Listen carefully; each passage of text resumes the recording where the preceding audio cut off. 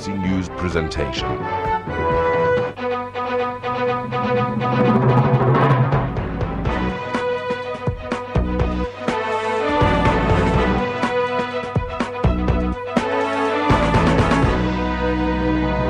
morning and welcome to the first view from the Houses of Parliament for this week. My name is Mkokeli Tanda. This is also our final week for programming from Parliament. At the end of this week, the House of Parliament will rise for the spring recess. Our final program is on Thursday morning. We'll be back on the 23rd of October when the National Assembly begins the fourth quarter of the 2012 session with the tabling of the medium-term budget policy statement. But in our program today, we look at more parliamentary questions being responded to by President Jacob Zuma last week. Protests and strikes on the mines continue unabated.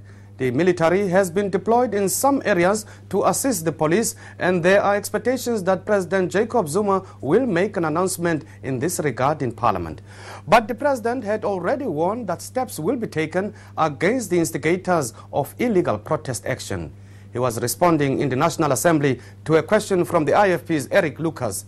Mr. Lucas was concerned about the impact of the mine unrest on the economy and wanted to know what government was doing about it. How does your office intend stabilizing the growing unrest in the mining industry, bearing in mind that it has a direct impact on the economy of our country, as this needs urgent attention and not to allow the situation to get out of control? It is absolutely true that there is the kind of activities that are not acceptable, and as government we've been looking at them. And I have engaged with the ministers concerned to discuss how do we deal with this issue. And very, very soon we will be able to let the public know, because it can no longer be accepted. Our next question comes from Co-President Musiwa Lekota. It deals with the issue of military ranks for members of the South African Police Services. Mr. Lekota asked if it represented a departure from being a service to being a paramilitary force with military designations and ranks. President Zuma replied that the change in ranks was an operational matter and had no constitutional implications. SAPS remained a police service, but government had resolved to combat crime by being tougher on criminals and syndicates. The ranks were changed to send a message to criminals that government was getting tough on crime.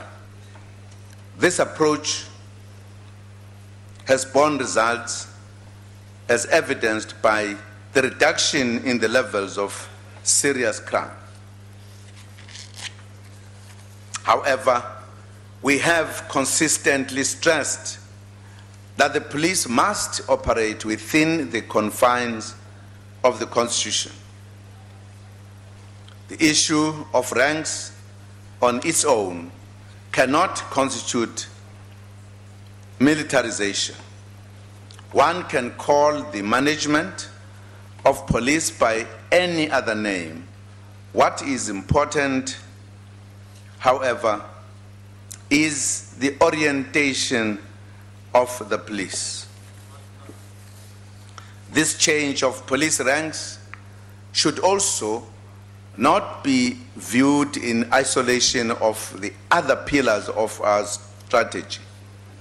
These include the strengthening of partnerships with communities, utilization of intelligence as a nerve center of policing, and the review of the entire criminal justice system to make it more effective. The President said legislation was in place to ensure that the police remained accountable to the people and that it upheld the Constitution. If the honorable member is referring to any activities of the tactical response team, we urge the honorable member to make use of the Independent Police Investigative Directorate. The Directorate investigates alleged cases of police abuse independently from the police and without fear or favor. All members of SAPS, which includes the TRT, have to abide by the code of conduct of SAPS and are all subjected to the disciplinary code of procedures of the organization.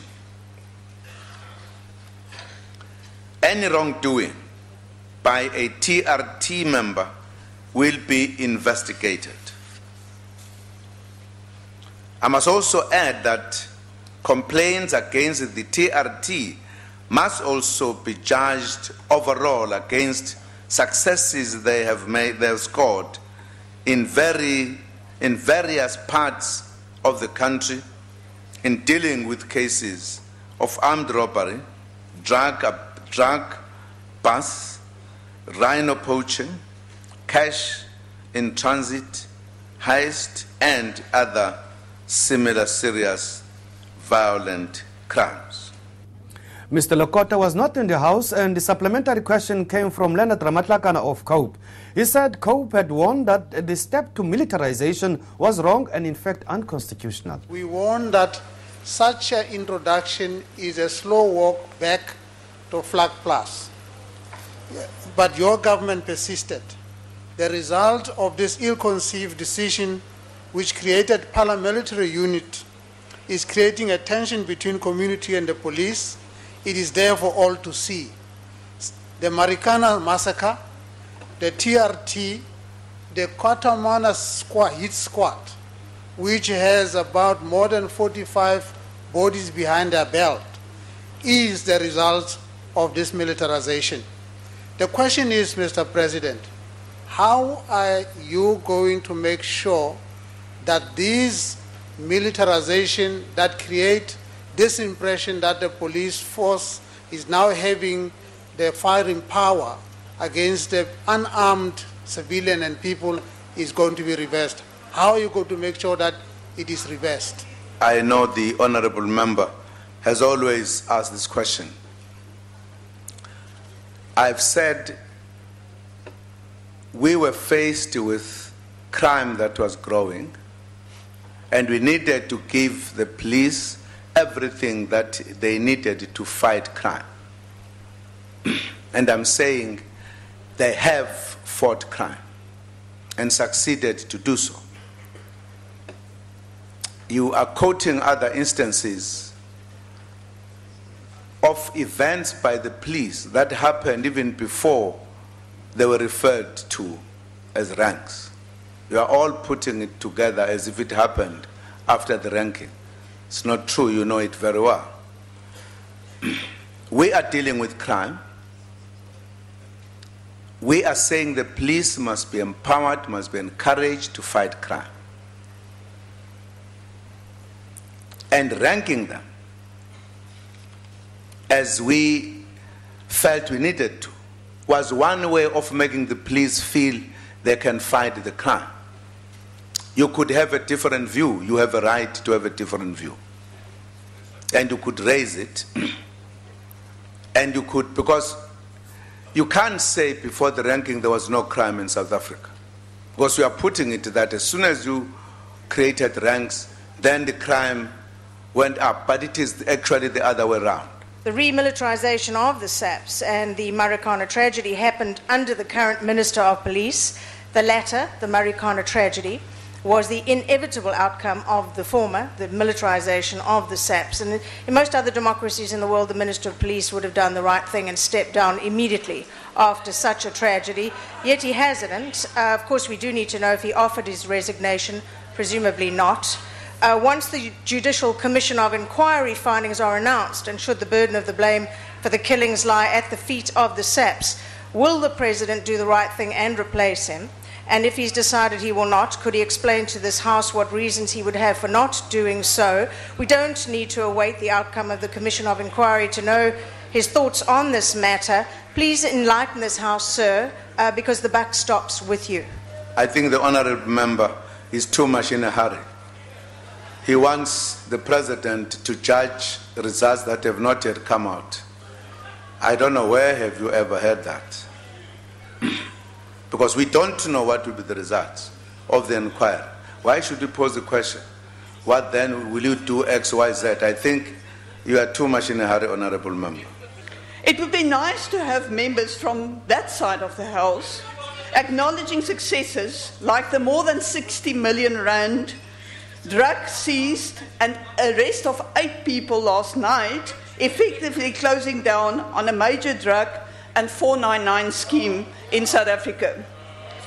Mr. President, if you have it available, is it possible for you to provide us with more detail on the successes that you have listed around the TRT?